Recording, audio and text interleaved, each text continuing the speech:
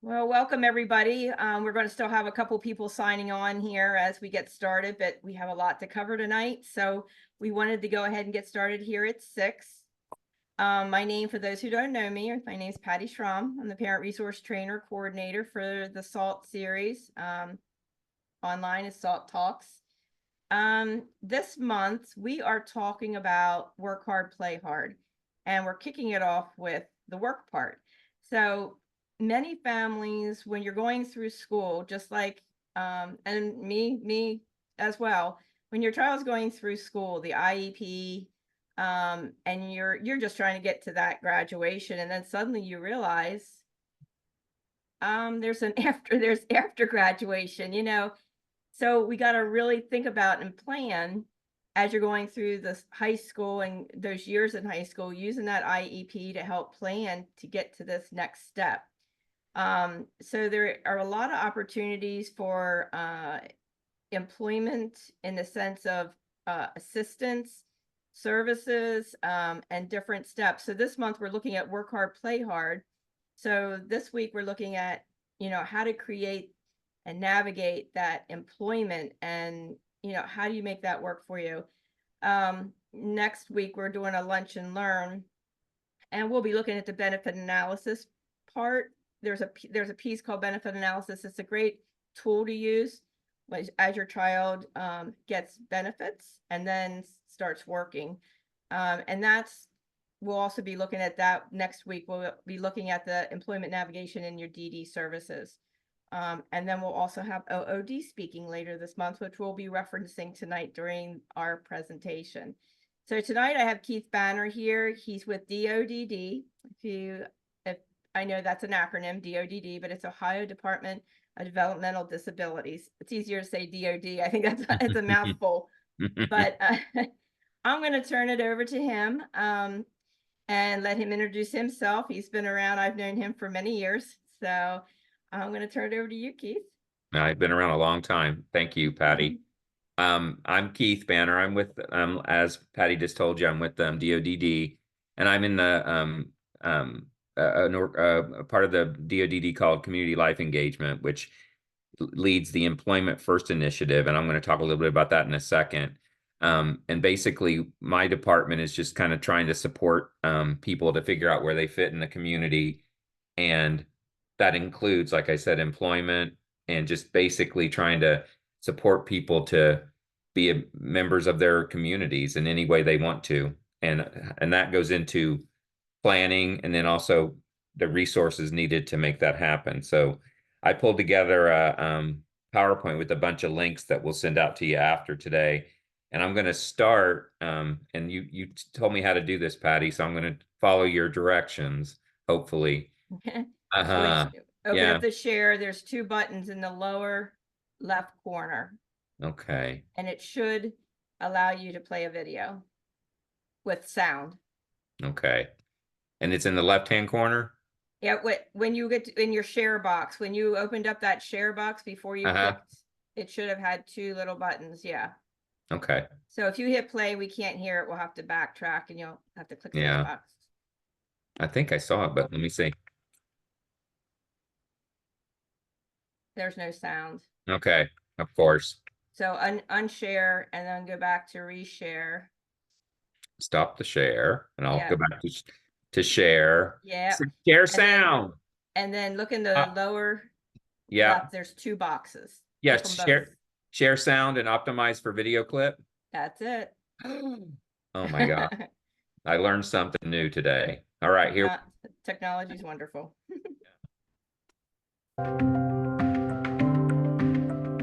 Being a good employee. Being a good employee. I know something else. You told me you like making money.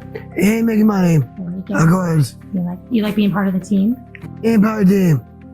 I think what makes Homage, which is where Mike is employed now, or BJ's Restaurant and Brew House, different is their receptivity that was kind of inherent.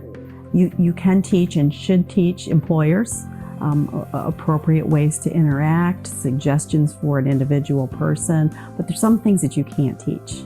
And you just know if the fit is right and they click. Ever since Mike has been here, he's been fantastic. I mean, having the initial conversation with Deb with the Altitude Initiative and possibly having him come into the store, it's been a great match. He does an excellent job. He's very welcoming to all of our customers, and he just has a great rapport with everybody here on the staff. Just walking in, give us all a big hug to start his day, and a lot of high fives everywhere, and he's been nothing but a great asset to our team. We start by really trying to tap in those natural supports that are on the job. What are the ways that any other employee would learn how to do this job? Is there a trainer that works for the company? Is the manager involved? Our part comes in and it's kind of supplemental, right? We're there to fill in the gaps. We're there to maybe do repetitions. We have a job coach that's working side by side, helping the person learn, sometimes by giving them verbal direction, sometimes by maybe writing out a checklist so they remember what they need to do. What do you do when you greet? Welcome. You welcome people? I remember that you were also giving out masks, making sure people wore their masks. Hey, mask. That's important, right? Yes. Why was that important? Don't get COVID. There you go. So part of your job is making sure people don't get COVID. All right. I love that. All right. It's a very important job just for anybody here at the store to make sure that we're welcoming in all of our customers in like a very like friendly and enthusiastic way. And I think Micah blows everyone out of the water when it comes to that. He's very, very enthusiastic, very high energy, and having people walk in immediately, having somebody like that just makes the experience so much more better. When you find a job developer, job coaches who are willing to take the time to know the individual, what they need, and also take the time to work with the employer and cultivate that kind of relationship, that's the perfect mix. Ultimately, our goal is to work ourselves out of a job, right? We want to help this person learn the job so well that they don't always need us to be there. And we want to help make sure that the employer and this new employee have built a relationship so they know how to work together really well. You know, we come in and provide those long-term supports. So maybe we come in once a month and check and see how things are going. Maybe someone needs us to come in once a week to see how things are going. It really stays focused on that new employee. What do they want from us? What do they need? What does that employer need? And how can we help support a really mutually beneficial employment relationship? I think Micah or another individual with the Altitude Initiative being at all the stores would be a fantastic pairing. Just kind of like having him with the short time he's been here at Easton, he's been just an incredible team member, teammate, and you can definitely tell the impact he's had on customers too. Just having that in all the stores, I think, would be fantastic. And obviously here at Easton, he's been wonderful. So it hasn't always been easy. There have been certainly challenges, especially when he finally did enter the paid job market. Experiences with maybe employers who weren't quite ready to employ someone with a significant disability. The support might not have been there the way it should have been, but we're in a good place now. We've landed at a place that he's happy, the employer is happy, and everybody's happy about his current situation. Never give up. That's really good. Yes. Yes. You have to keep trying to find a really good job that you're good at We got it. and that makes you happy. Yes. Do your jobs right now make you happy? That's pretty cool. Mm-hmm.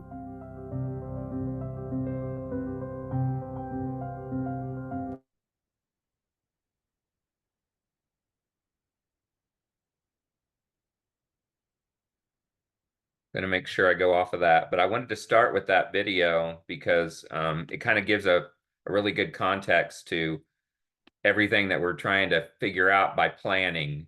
And that's the conversation we're going to have tonight is planning for employment as people move from school to work. And I'm going to now that I know how to do all this sharing because Patty taught me how, I'm going to go to my slide deck and start my slides. And like I said, there's going to be a lot of links, a lot of information that I'll be coming at you with. And you'll be able to have access to the slides later with all the links because everything has a link in it. that almost all these slides, after we go through a few initial kind of level set slides, there'll be links to kind of talk through. So basically, I wanted to talk to you about employment planning and supporting family members through transitioning to adult life with an emphasis on employment means making sure that we have a way to discover and communicate interests, connecting those interests to vocational possibilities, building skills. And then I wanted to also do a deeper dive into a thing called Charting the Life course, which you might be familiar with. And it's a really good way to discover and communicate interest, connect interest to job possibilities, and kind of use this Charting the Life course to archive and keep information on the person you love, so that whenever you bump into somebody that's going to help you, like in the video, her name's Julie McComas, wonderful woman who runs an organization called the Altitude Initiative, which is a job coaching, an employment services organization in Columbus. Anyway, when you meet all these different people that are there to help, you'll have a good, solid kind of basis to introduce the person to them through. Like, this is what he or she can do. This is what they're where they may need help. This is their interest. So all that goes into kind of making sure when we're coming from school to adulthood, the information that's really important to you and to the person that you love, that we can communicate that to all these organizations that we're going to kind of start talking to around employment. And like I said, I'm with DODD, and we have a partnership with Opportunities for Ohioans with Disabilities, which I'm going to get to later in the program here. They're the vocational rehabilitation organization. They're the state agency that supports people to move into the workforce with people with disabilities. So you may have heard of OOD, but that's the acronym, Opportunities for Ohioans with Disabilities. They usually are a part of the transition process in schools, and if not, we need to make sure that they that we can get them on board, because they can help a lot of times with some building experiences when kids are still in school, and summer work experiences, and all kinds of kind of support that they might be able to help with. So we have a partnership called Employment First, and that includes OOD. And that came from about, gosh, not 10 years, because it's now almost 12 years.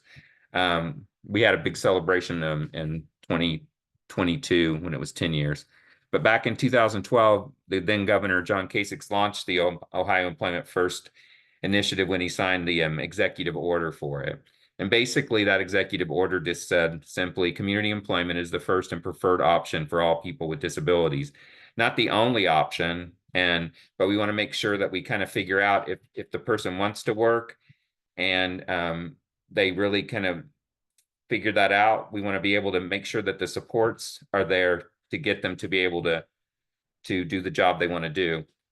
That task force is also a part, OOD is one part, but also it's made up of all state agencies that touch the lives of people with disabilities. So it includes the Ohio Department of Transportation, the Ohio Department of Education and Workforce now is what it's called, Ohio Department of Developmental Disabilities, where I come from, OOD, Ohio Department of Mental Health and Addiction Services, and the Ohio Department of Job and Family Services, and Medicaid. So all these agencies, we meet monthly to make sure we're focused on any obstacles in the way of supporting people to get become a part of the workforce where they want to do that. And basically we align our policies, and we training, all that goes into, we just want to make sure that we have everything set for folks if they're ready to look into getting a job. So like I said, it's employment first, but it's not only employment only. And we just want to make sure that the employment services become a first option for folks, regardless of the level of their disability. It's not a program, it's a philosophy and a way to proceed and plan. So we used to ask, can you work? Are you employable? Now we instead, what are you good at? What are you interested in? Those are the questions we want to start with. And no more asking, do you want to work? But instead, where do you want to work? What are you interested in? How can we use whatever interest and kind of ambition you have that may not be about a job, but we can kind of figure it out with you, and then kind of look for possibilities out in the workforce that could meet those specifications. So a part of that administrative rule is every person of working age will be a part of a person-centered planning process to identify their place on the path to community employment. And then services and supports will be provided to help the person move along that path to community employment. Providers, like Julie McComas in the video, providers are required to submit progress reports at least every 12 months to ensure the person is moving along that path. This path to community employment is in rule, and it's basically the way we begin the conversation when we start the plan. So we have 4 different places on that path to community employment. 4 is, I don't think I want to work. I may not know enough about it. 3 is, I'm not sure about work. I need help to learn more. 2 is, I want a job and I need help to find one. And then 1 is, I have a job, but I'd like to have a better one or to move up.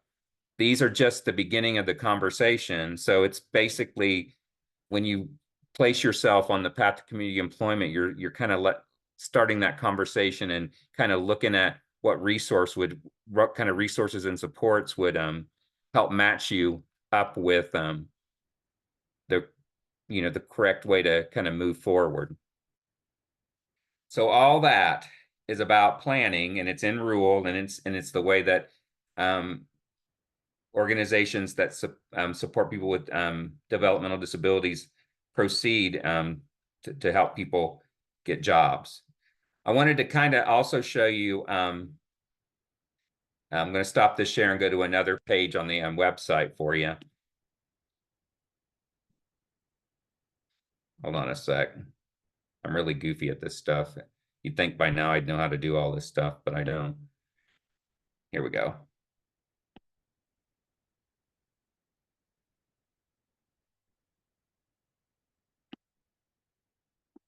This is on the Employment First website.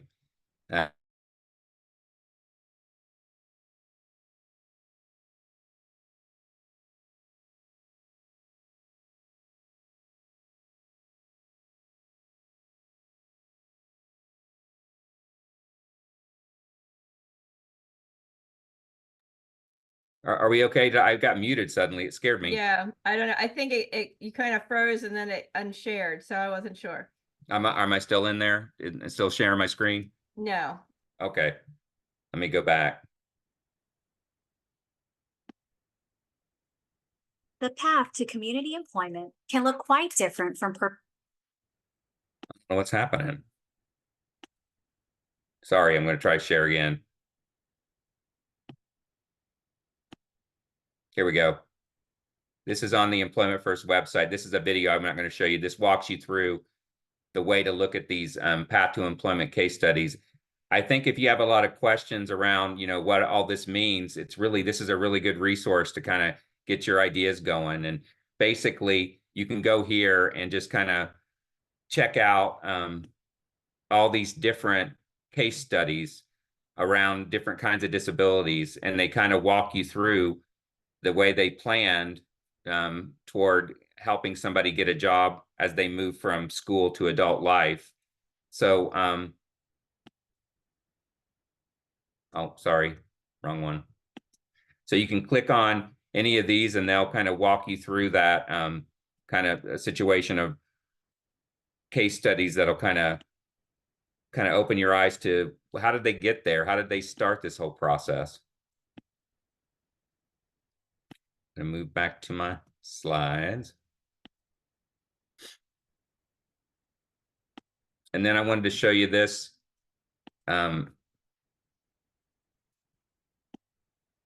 Employment First kit, which is on the DODD website. Basically, this has got all kinds of links and information concerning Employment First and some of the information I was kind of relaying to you. It also has the link to the Employment First website we were just on.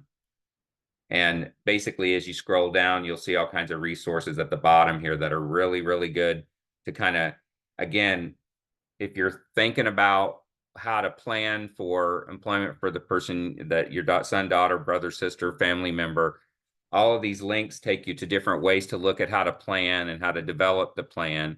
And then at the bottom here, is that video I showed you of Micah, and then other videos that you can kind of take a peek at that'll basically kind of give you a context of what we're talking about, and basically how people moved into doing what they did to help somebody get a job. All right. So now I'm going to move into a bunch of resources that we can kind of take a peek at. And I'm going to start with Charting the Life course, like I mentioned. Basically, if you're not familiar with it, there's the link, and it's a beautiful website. Now, all the resources that I'm going to show you are you can download from there.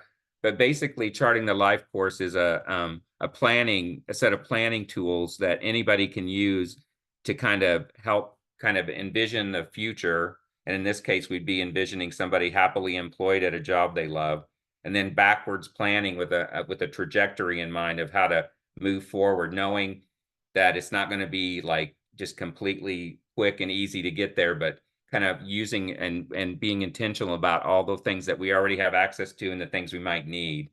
And to that point, one of the best tools that you can get through the Charting the Life course that'll help with employment planning is the Integrated Support Star. And if you go to that link when you get the slide deck, you'll be able to download a fillable PDF doc that, like right here, shows you what it is, and I'll walk you through it. Basically, an integrated support star, kind of, you put the name of the person you're planning for. This dude's name is Connor, and then you just kind of, as you begin the process of thinking about, you know, what you want to accomplish, you start just kind of archiving or filling out what the person, whether it's Connor or anybody else, what the person has access to in the community. Because a lot of times when we're planning for employment for people with developmental disabilities, we think only eligibility specific, right? Down here in this corner, we think of Medicaid, or we think of like OOD, like I've mentioned, or DD. We think a lot about just those eligibility specific based on the person's disability, those supports. But you can't always depend on them alone, because you want to make sure that you think about what relationships, and you can see that in this corner, the person has access to, and who does the person love, right? Who does the person friends with? All those relationships are assets that we need to make sure we pay attention to as we move into employment. And then the person's strengths and assets themselves, like basically just what are the skills or some of the things your family member has that will help them live their good life. And basically, you can see they charted and wrote down all the things about Connor that would kind of fit in there. Then, and you'll see on the left-hand side, technology, like what can Connor have access to that's supportive technology, or that he uses, like iPads, cell phones. All that's going to be important to a person who's kind of moving from school to adulthood to work, because a lot of times you're going to use technology in the job search, and sometimes even on the job itself. And then down here, in this last segment, the community-based resources that the person already has access to, that aren't eligibility specific, but that could be a part of that person's life and that path toward employment. And in this case, it's Boy Scouts, YMCA camps, all the stuff that he's interested in, and the organizations that support him outside of just the eligibility specific ones. So with this one pager, you kind of have this full-on picture of Connor and all his strengths and assets, the relationships he has access to, the supports he needs and uses, and the technology that supports him as well. And with that, you could basically, this is kind of a way for you to kind of maintain a person at the center of the planning, because this is going to be really important, that not just somebody's disabilities, but what they can do and what they're interested in and what they can accomplish is going to be a part of the conversation. So I'm going to go down to this next Charting the Life course planning tool, which is the Life Trajectory Worksheet. And again, you start with the support star, and you kind of survey and archive and index all the stuff that's important to the person on that sheet. And then you can use this to kind of say, what's the vision for my family member's good life, or what's the vision for my family member's perfect job? And you could write down exactly what he thinks or she thinks, what you think, what other people think, and then you kind of go back and you start thinking about things that have happened in the past that helped them get closer to that vision, as you see in that box on the left up top, and then things I'd like my family member to work on to move toward that vision. And then what's really cool about this kind of trajectory worksheet is that it also incorporates things that have happened in the past that pushed away from that vision, that also kept somebody from getting closer to that vision. And then you'll see on the bottom right hand side over here, dislikes. What's, what I don't want for my family member's life. And you could put down whatever that is the opposite of the vision of where you want to get to, because we need to pay attention not only to the great stuff that's helping us get there, but also the stuff that might get in the way. Again, these tools are you don't have to do all of them. You can just pick and choose the best that fits your situation, but having access to planning tools that aren't embedded in a system like that's not an IPE, or that's not an individual service plan, which is what we have in the DD world, or the individual plan for employment that's in the Opportunities for Ohioans world. Having a plan that's directly connected to the person that can be taken to these different organizations, and can be the through line that you use to make sure that you communicate to whoever's going to help your family member. This is what he wants. This is who he is. This is what he already has access to. This is what he needs. All that can kind of really help you navigate through the systems. This link takes you to a portfolio for exploring, which is basically this support star that opens up into this great portfolio that you could use, that again you can download or use as a PDF, and it basically walks you through that support star, and then you get to write down all the stuff that's important to that person. And again, you can carry that with you wherever meeting you go, wherever you need to kind of explain or express, this is who my family member is, this is what they need and what they want. This is another version of that trajectory worksheet that's specific to basically transition vision, and basically the same setup. And it's, again, a fillable PDF that you can use. And again, they're real insightful to cut into the chase, because a lot of times the plans that we are a part of through education and through as eligibility specific organizations, they kind of have a lot of information that's specific to the organization that's doing it. This Charting the Life course, like I said, cuts to the chase and cuts to the core and says, this is who he is, who she is. This is their vision for the future. This is the job they really want. These are all this assets and strengths and access to technology and relationships and supports they currently have, and this is where we need to move next. So that's Charting the Life course in a nutshell. This link will take you back to the Employment First website. I'm going to go and show you this one, because it's a good one. And basically, it's again another way to look at planning as people move from school to work. And you can just scroll down. This is the Ohio Employment First Transition Framework that's within the toolkit. But again, these little topics you can learn more about include the role in the transition process, all kinds of topics around transition that you can discover. It doesn't show the website. Okay, let me stop my share and share it. I get in the groove, and then sorry, y'all. Here we go. This is the transition topics I clicked on the Employment First website. Sorry about that. Basically, it's organized around different ways to figure out what the transition process is about and what you need. So this is one about transition assessment, understanding services, understanding the agencies that you might be connecting with, and understanding technology that might help the person on the way. And again, it's a variety of different ways to think about transition and planning and employment planning. There's a whole slew of information around multi-agency collaboration, because obviously as you're supporting your loved one from school to adult life, you're going to be working with, like I've already mentioned, different agencies, multiple agencies.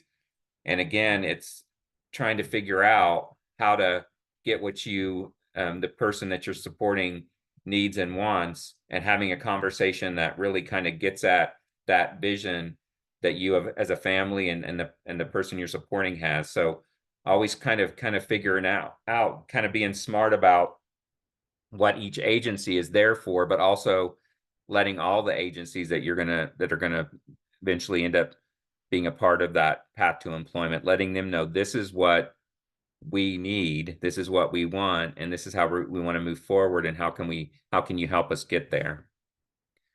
I'll stop that share and go back to my slides.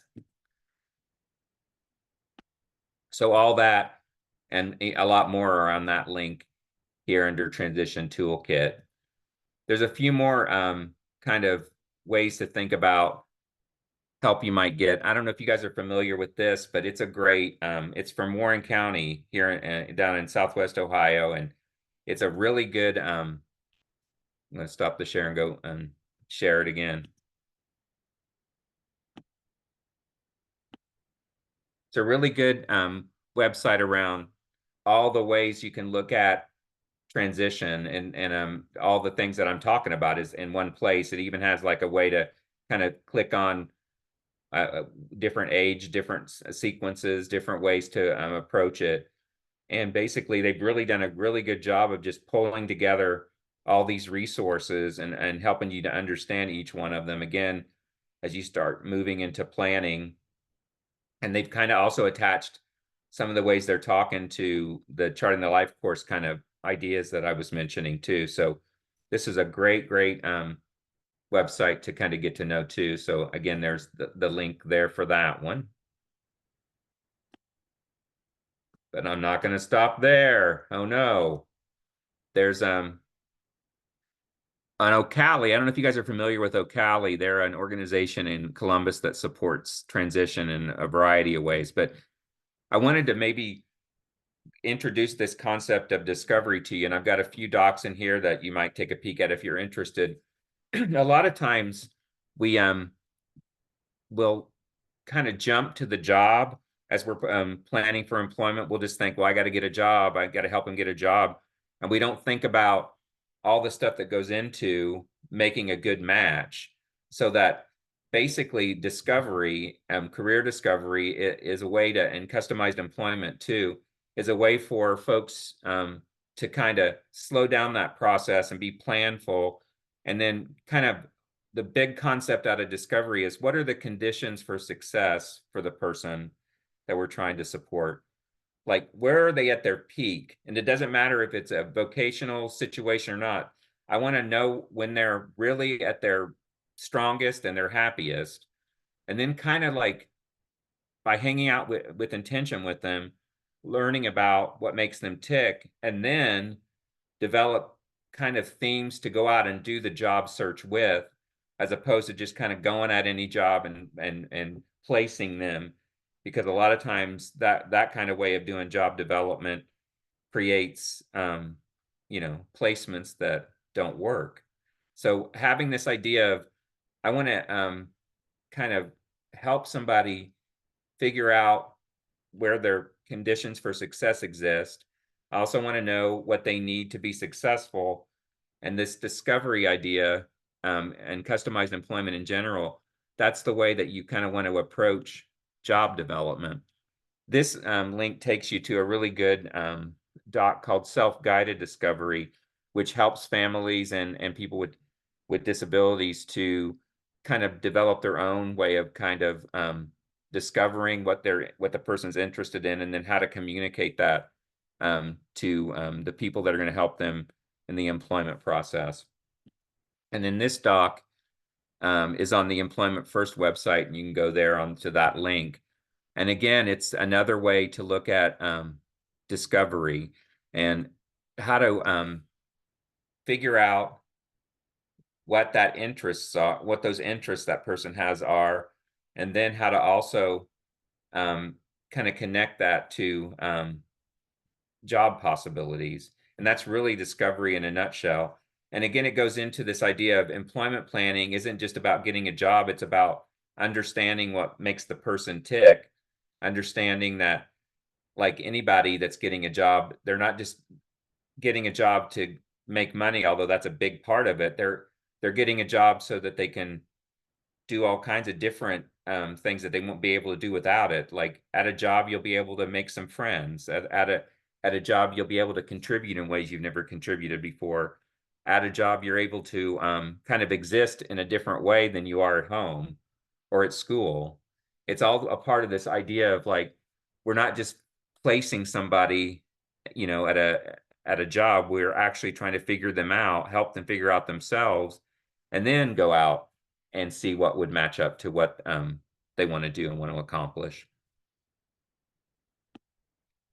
I don't know if you guys are familiar with this one, but it's Ohio Means Jobs, and it's a way for you for job seekers of all kinds and students, as you can see, you can develop a backpack or a resource kind of portfolio here that you can go on and look at tutorials around different industries and different jobs. So this is a really good way to kind of get the juices flowing around.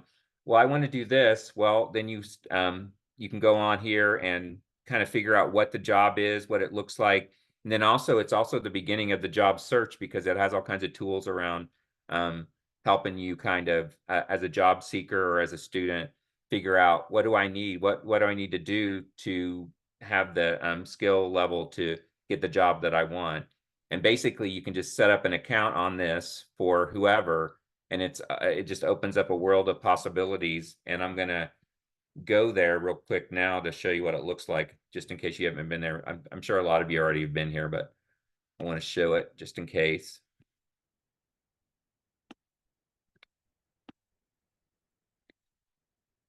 So as you can see, it's you can set up an account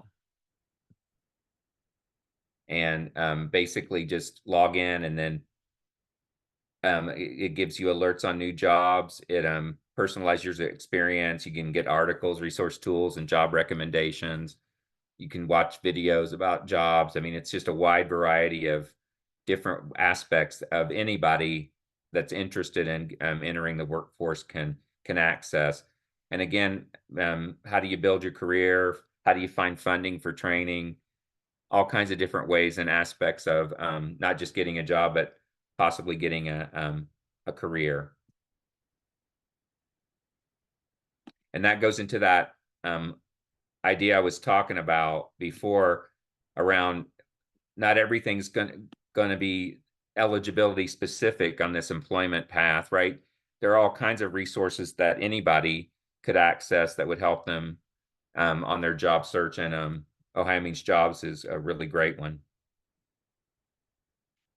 Also on the Employment First website are training modules that are built specifically for people with developmental disabilities.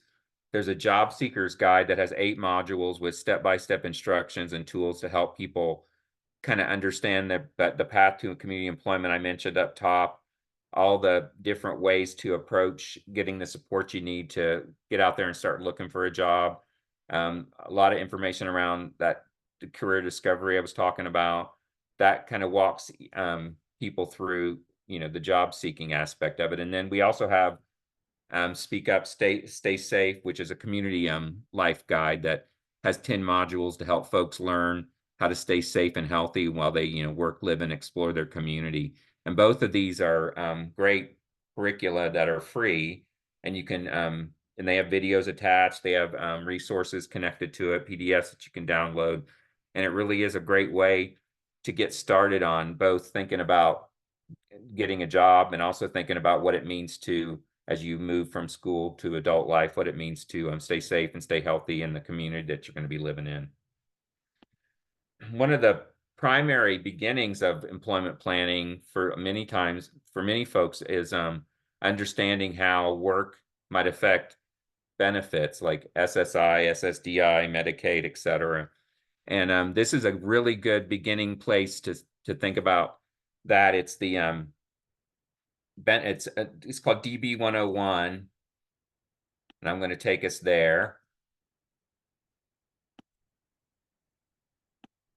And it's really the beginning of the conversation around benefits and working, which is great that Patty has that as one of the next topics, because this is really just a way to get your toe in the water to see about how benefits and work can connect together and relate together, and what it means to have work incentives, what it means, what is a stable account. They're great short videos that walk you through Medicaid buy-in for workers with disabilities, the waiver programs. They're really short, concise clips that kind of just talk you through and show you what all that means. And then there's also a benefits estimator that you can use to kind of plot out, what if I do want to get a job, what would that mean? And again, all kinds of different tools that you can apply to your specific situation. Again, as a part of an employment plan, you're going to think about, what is the person interested in? What are they really good at? What might they need to be successful? And then, of course, you got to think about, if they're on benefits, how does that affect the job search, and how does that affect, the way we approach, that search. So a really good resource. And again, this is just the beginning of that conversation, because like I think Elizabeth and some other folks will tell you later in the sessions coming up, there also are benefits analysts and work incentives practitioners that can really do a deep dive and help you do a deep dive into all kinds of aspects of work incentives and benefits. And I'm back on the slides. I think I've only got, my last one almost. This one I wanted to kind of end with, because, and I think I misspelled disabilities. Yeah, let me fix that. Well, I'll fix it later. I'm going to go to the actual Opportunities for Ohioans with Disabilities website, and we can just see that real quick.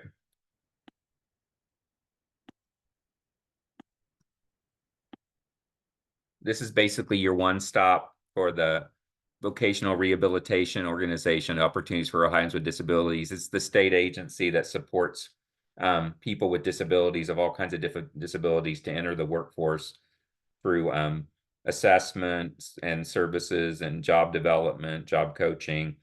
Basically, this is like where you go to kind of just learn about all kinds of different supports that they offer, and basically just to kind of get your feet wet in the beginning of the conversation around vocational rehabilitation, which is basically accessing OOD to be assessed around what skills you have, what might you need to get a job, and then moving into what they call an IPE, or a plan for employment, individual plan for employment, where they'll work with a counselor that's kind of support that process to figure out what they need to be successful. And then again, eventually through that process, you can connect to a provider to kind of support that employment journey toward developing the job and then landing it, and hopefully being successful at it. So that is my last slide. Like I said, I kind of left some time for any kind of conversation you guys want to have, any questions you have. So I'm going to just stop the share and see Patty's face. Hello, Patty. And if you guys have any questions, I'd love to try to answer them as best as I can. So there was in the chat box, and Andrea put it out there, and it is very true, is just trying to find who can do that benefit analysis, maybe let's say you're waiting on services or getting through the eligibility process with the county board, of DD services. But we're at that stage, we're making that transition. Is there someone else that can help with the benefit analysis? What are all the different groups? Yeah, there's all kinds of different and I can actually, I'll put in the link, I'll put in the chat the link on the Employment First website, because if you go to Disability Rights Ohio, they have a map of different organizations that offer the benefits analysis, work incentives practitioner kind of situation. You can also connect with, through Social Security, they have work incentives coordinators in parts of the state too. So it's not only just attached to DD, and OOD has a lot of work incentive practitioners that work with them. It's also just, again, not an eligibility specific service, but you can get it through, I think, Legal Aid in Cincinnati, and that's all through, you can find that out through that Disability Rights Ohio, and I'll put in the chat before I scoot. There's a whole kind of map on the Employment First website you can reference to. Again, I think it's almost like a really good place to start sometimes is that benefit stuff. And you could also go to the DB 101 website, and there's also links there to that map of different ways to get the benefits analysis done. And you'll hear throughout a couple presentations here coming up this spring that DB 101, because we'll be talking to Social Security and various other ones. But that is a very helpful website. We did on our very, very first benefit analysis, we did through Legal Aid in Cincinnati, the very first one. Since then, and remember, when you get these benefit analysis, and we'll be talking more about this next week, but that is an ongoing thing. I mean, your child, as they change, your services change, the job changes, that you want to get them periodically done. So you know how they just give you an overview of your benefits and how it fits in with your job and your situation at that time. Yeah, it's kind of overwhelming at first. So it's almost nice to look at it on the DB 101 website and kind of get a picture of it, and then having somebody that will work with you one-on-one to make that analysis and make that kind of one document come together is really helpful for sure.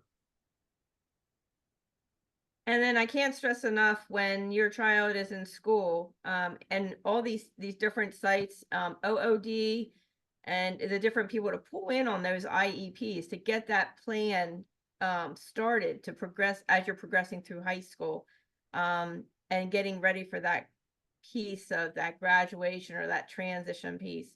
You can bring, OOD, which is the Opportunities for Ohioans with Disabilities. You can bring, if you've gone through the County Board of DD Services, you can ask them to come, but as a parent, you need to invite them to come. I don't know if you have anything more on that, just for that preparation Yeah, I mean, piece. I think that's kind of why I go deep into that, trying the life course territory. Is I think you just need to almost have like that support star, and then also what's missing, right? And so I think it kind of empowers you to know what you already have access to and what you may need to have access to, and then invite them to these meetings, because that's what those meetings are for, is for you guys to kind of pull together all the kind of supports you're going to need and all the help you're going to need as you move out of school to adult life. So yeah, definitely. And don't feel like, I think sometimes it's kind of, you feel kind of shy, or, I don't, because I think that's what they're there for. So they should be able to support you in the way you need. And that's why knowing what you need and knowing what your vision is for the future really is going to be helpful, not only to you to feel a little bit more secure, but often I think more than not, it really helps the people that are trying to help you through these different organizations. And They're going to ask you a lot of questions, in other words, and if you have something there with you to kind of support all these answers you're going to need, it really makes you feel more secure. yeah, when you're going through the IEPs, I always felt overwhelmed, and they always had new acronyms. They always had new different things as we went through. And it's always helpful to have that extra ear. I did not pull in an extra ear, and I really wish I had. I didn't realize there was OOD in all these places out there. So I would really strongly suggest if you can pull in someone, even a family member, but pull in somebody with you, it does help a lot. Oh, that's a 'Cause- great, I mean, not, so you don't feel so alone, right? I mean, yeah. yeah, exactly. I would definitely, if you can, bring a friend, bring bring somebody with you for sure. And I know like some of the parents, depending what the age of your child is, well, can my child work? I can't see them working. What would they do? My child wants to be a rock star, or wants to be a pro basketball player. A lot of these things will help them sort those kind of things out, get them exposed to some of the jobs that are out there, and they find that they might thrive in a totally different area than what they were thinking they could thrive in. Yeah. Does anybody have any questions? I mean, I can open it up here. I don't see any in the chat box. Thank you, Andrea, for putting that information in there from Montgomery County. I know Yeah, we for have sure. Warren County on here too. But does anybody have any questions for Keith while we have his ear here tonight? I just put the benefits analysis info I mentioned from the Employment First website in the chat for you guys. And we'll be getting into some of this as this month progresses. But I know when your child's 14, this is the last thing on your mind. You just are trying to survive school. But it does help if you take these little bits and pieces and work it over a period of time, because when you get to that graduation year, it becomes quite an overwhelming feat sometimes when you're looking at Social Security, you're looking at Medicaid, you're looking at all these different and eligibility processes. And then thinking about employment, it's just easier to start working on this prior to that graduation transition of life. Yeah, for sure.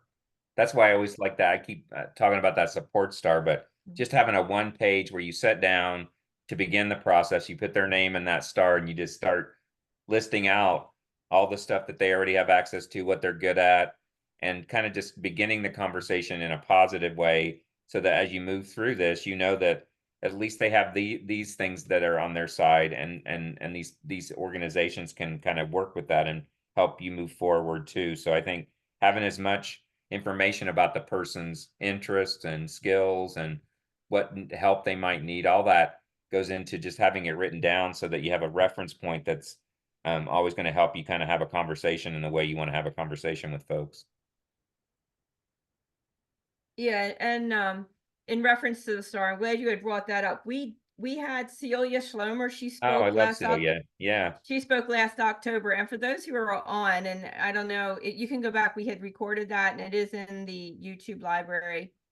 But you can re-listen to her presentation. But she is always there and available. And I believe at the end of her slide, you can see her email. But if you ever are working on that star and you're stuck, you can reach out to her, or I believe a lot of the county boards, if your son or daughter is eligible with the county board of DD, I know a lot of them seem to be getting trained on the charting the life course now.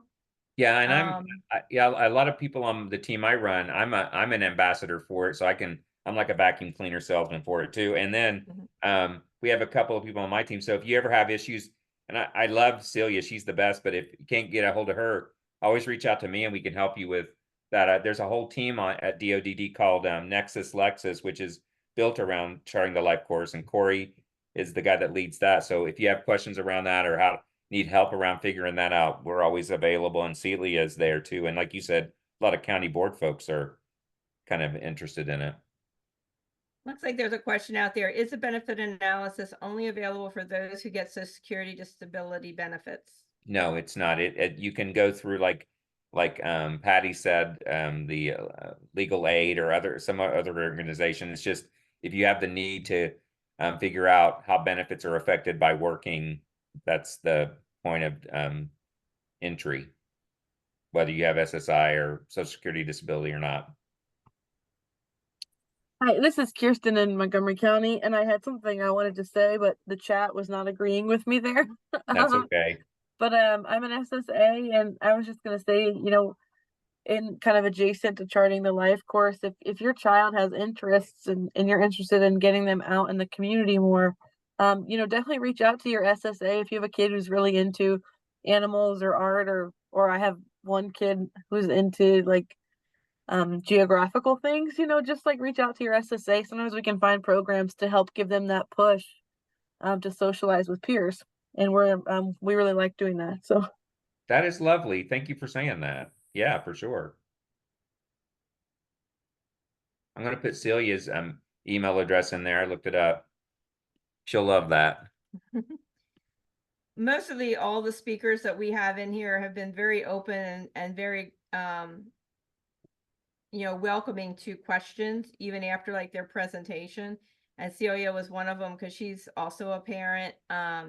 Many of us know how confusing some of this stuff can be between forms and just trying to sort it all out. So, many of the presenters, and if you are thinking of a question, whether it be for the Charting the Life course or after tonight, you're like, man, I wish I, would have asked this. You can always reach out like to Keith, like he said, Please or do.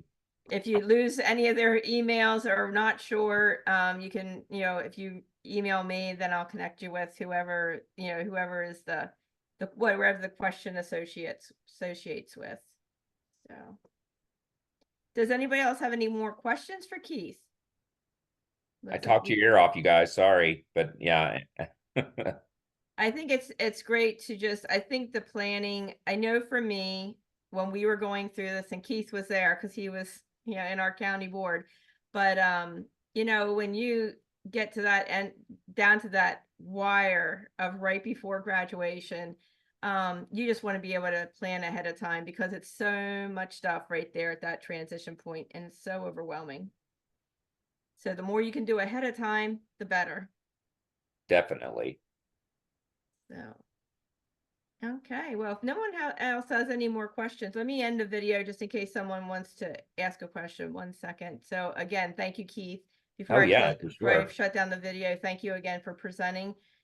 He's come back. I think you've presented just about every year for us on this part or on this piece of employment.